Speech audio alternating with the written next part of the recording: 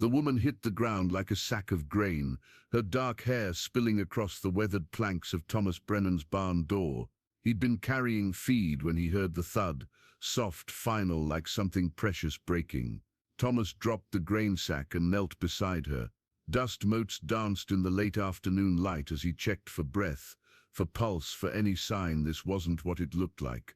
Her chest rose and fell in shallow gasps, alive but barely. She wore a faded blue dress, torn at the sleeves, and her hands were raw from riding hard. Blood had dried beneath her fingernails. Whatever she'd been running from, she'd fought it first. As Thomas lifted her, something caught the dying sunlight.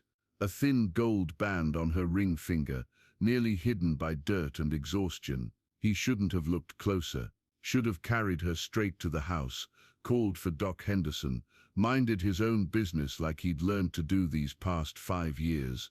But the light hit the ring just right, and Thomas saw the inscription etched inside the band, Thomas Brennan, forever yours. His knees buckled. The woman slipped in his arms before he caught himself, his heart hammering against his ribs like a caged animal. He'd never seen this woman before in his life, never given anyone a ring, never promised forever to anyone, not since Sarah, he whispered. But that was impossible. Sarah Mitchell had died in the cholera outbreak 3 towns over, 2 years back. He'd gotten the letter from her sister, had buried his plans for marriage along with everything else that used to matter. Thomas stared at the stranger's face, searching for something familiar in the sharp cheekbones, the full lips now pale with exhaustion.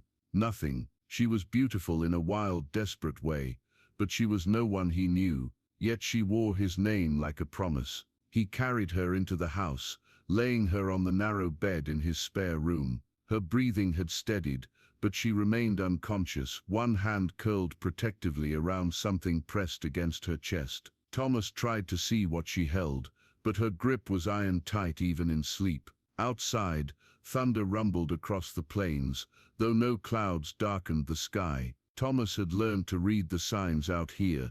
That wasn't weather coming, that was trouble. The woman woke screaming. Thomas rushed from the kitchen where he'd been brewing coffee with shaking hands, arriving to find her pressed against the wall, eyes wild with terror. She'd torn the thin blanket he'd covered her with, and her dress hung in tatters where she'd clawed at phantom attackers. "Easy now," Thomas said, hands raised. "You're safe." Her gaze darted around the sparse room, the wooden cross above the bed, the water basin, the single window where dusk painted the glass orange. When her eyes finally settled on him, something shifted, not recognition exactly, but a desperate kind of hope. "You're him," she whispered. Her voice carried a slight accent, something Eastern. "You're Thomas Brennan." "I am." Thomas stayed near the doorway, giving her space.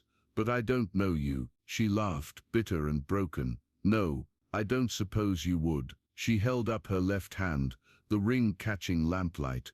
"But I know you. Sarah told me everything." Thomas's blood went cold. "Sarah's dead. Sarah's my sister." The woman pushed herself upright, wincing. "Was my sister. I'm Elena Mitchell, and this," she touched the ring, "this was meant for her." The room seemed to tilt. Thomas gripped the door frame. "That's impossible. Sarah never mentioned, because she never knew about me." Elena's eyes glistened. "I was the shameful sister, the one who ran off with a married man, who lived in sin, who brought disgrace to the family name. Sarah kept me secret, even from you." Thomas felt like he was drowning in still water. "Why do you have the ring?" Elena's hand moved to whatever she clutched against her chest. "Because 3 days ago, 4 men came to my cabin outside Deadwood.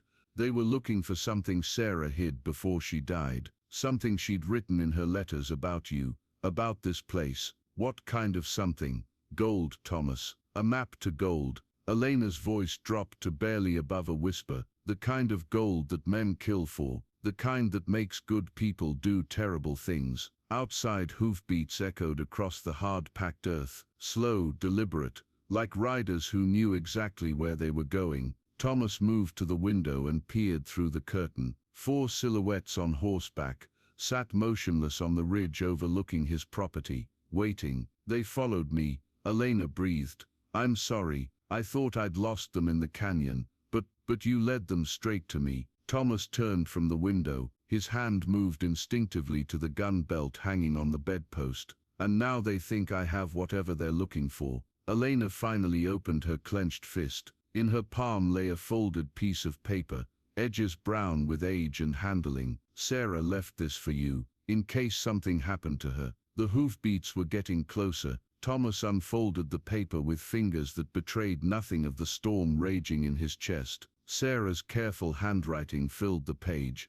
a letter dated just days before her death, and beneath it, a crude map marking a location in the Badlands. "My dearest Thomas," the letter began, "if you're reading this, then I am gone, and Elena has found you as I instructed. The map below leads to the gold our father hid during the war, Confederate gold that was never meant to see daylight. I have told no one else of its location, but I fear dangerous men have learned of its existence. Keep Elena safe. She is all I have left to give you. Forever yours, Sarah." "How much?" Thomas asked without looking up. 50,000 in coin," Elena whispered. "Maybe more." The hoofbeats stopped outside. Through the thin walls Thomas heard the creak of leather, the soft jingle of spurs. 4 men dismounting, taking positions around his house like they'd done this before. "Thomas Brennan." The voice carried authority and barely controlled violence. "We know you got something belongs to us." Thomas folded the letter carefully,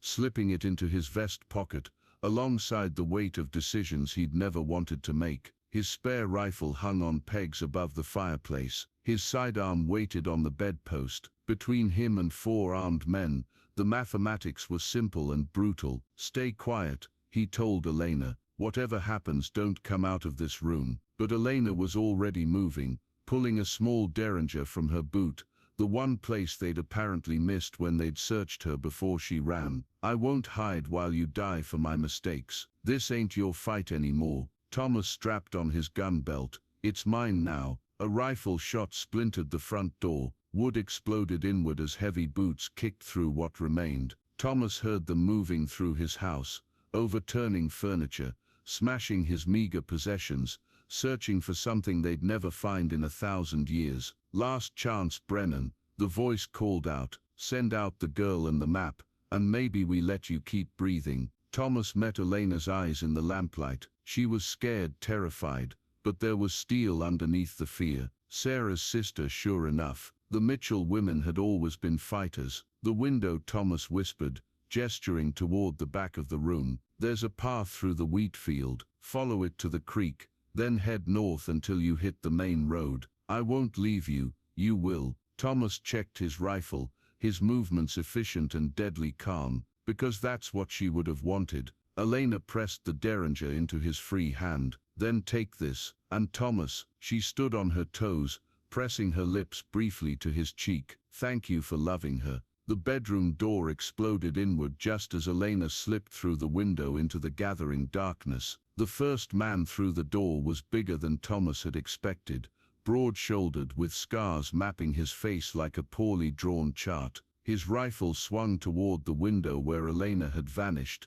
but Thomas was already moving. The derringer barked once, catching the big man in the shoulder and spinning him sideways. Thomas dove behind the bed as return fire splintered the headboard above him. Wood fragments rained down like deadly snow. "She's gone," someone shouted from outside, headed for the creek. 2 sets of boots thundered out of the house, chasing Elena into the night. That left 2 men inside, and Thomas could hear them moving through the main room, systematic and patient. The wounded man in the doorway wasn't dead, just angry. He clutched his shoulder, blood seeping between his fingers. "You picked the wrong side, Brennan. That gold's been promised to important people." "Then they should have asked nicer," Thomas replied, checking his rifle's load. The man actually laughed. "Name's Carver, Jack Carver, and I got to say, I respect a man who stands his ground, even when he's about to die for it." "Funny thing about dying,"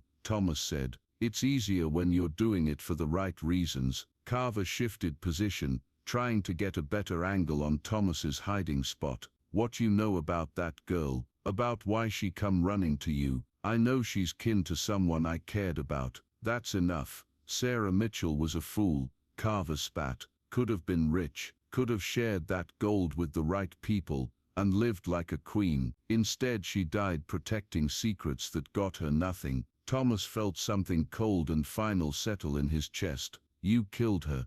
Cholera killed her. We just helped it along when she wouldn't cooperate. Carver's voice carried no remorse, just practical acknowledgement of necessary business. Same cholera that's gonna kill you if you don't start talking. The casual admission hit Thomas like a physical blow. Sarah hadn't died naturally. She'd been murdered by these men, poisoned for refusing to give up her father's secret. And Elena had been running from the same fate. The gold's not here, Thomas said, his voice steady despite the rage building behind his ribs. I know that, but the map is, and the girl knows where Daddy hid his treasure. Carver was moving closer, using furniture for cover. Question is, how much pain you willing to endure before you tell us which direction she went? Outside, gunshots echoed across the plains. Elena's pursuers had found her, or she'd found them. Either way, time was running short. Thomas made his choice the way Sarah would have wanted him to, with love instead of fear,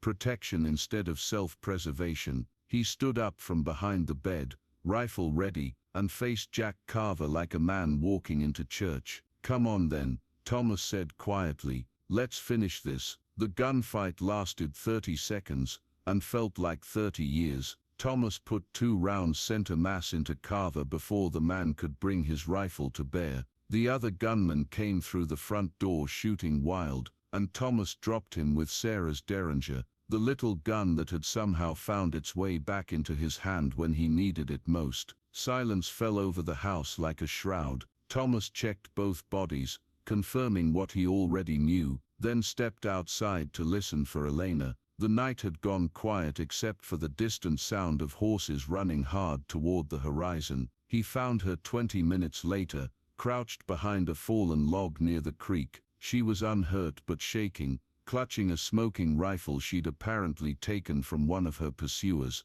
2 more bodies lay scattered in the wheat field. They're all dead, Thomas said simply. Elena nodded, unable to speak. Thomas helped her to her feet, noting how she leaned into him like a person learning to trust again. Together they walked back through the wheat field under a sky brilliant with stars Sarah would never see. At the house, Thomas built a fire in the yard and burned Sarah's letter without reading it again. The map went into the flames next, curling into ash and memory. Elena watched without protest, understanding that some treasures cost more than their worth. $50,000, she said quietly. Blood money, Thomas replied. Sarah died to keep it buried. Seems like we ought to honor that. Elena turned the wedding ring on her finger, gold catching firelight. What happens now? Thomas considered the question, looking at this woman who'd brought chaos and gunfire, and something like redemption to his quiet life. She had Sarah's eyes,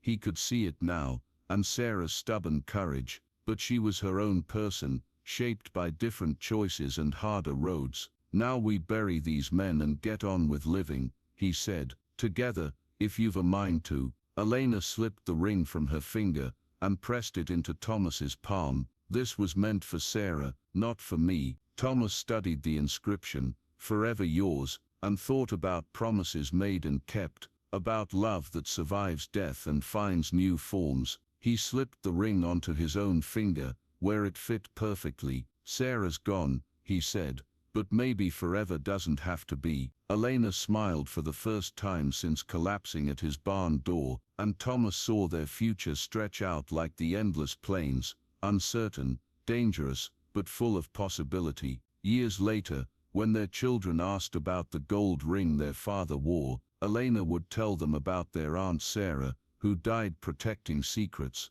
and about their father, who chose love over fortune when the choice mattered most. She would not mention the 4 graves hidden in the wheat field, or the map that burned to ash, or the $50,000 that stayed buried in the Badlands, where Confederate ghosts had hidden it. Some stories, she learned, were better left in the ground. The last thing Thomas saw before sleep took him was Elena's silhouette against the dying fire, keeping watch over their small piece of the world, like a guardian angel with a rifle across her knees,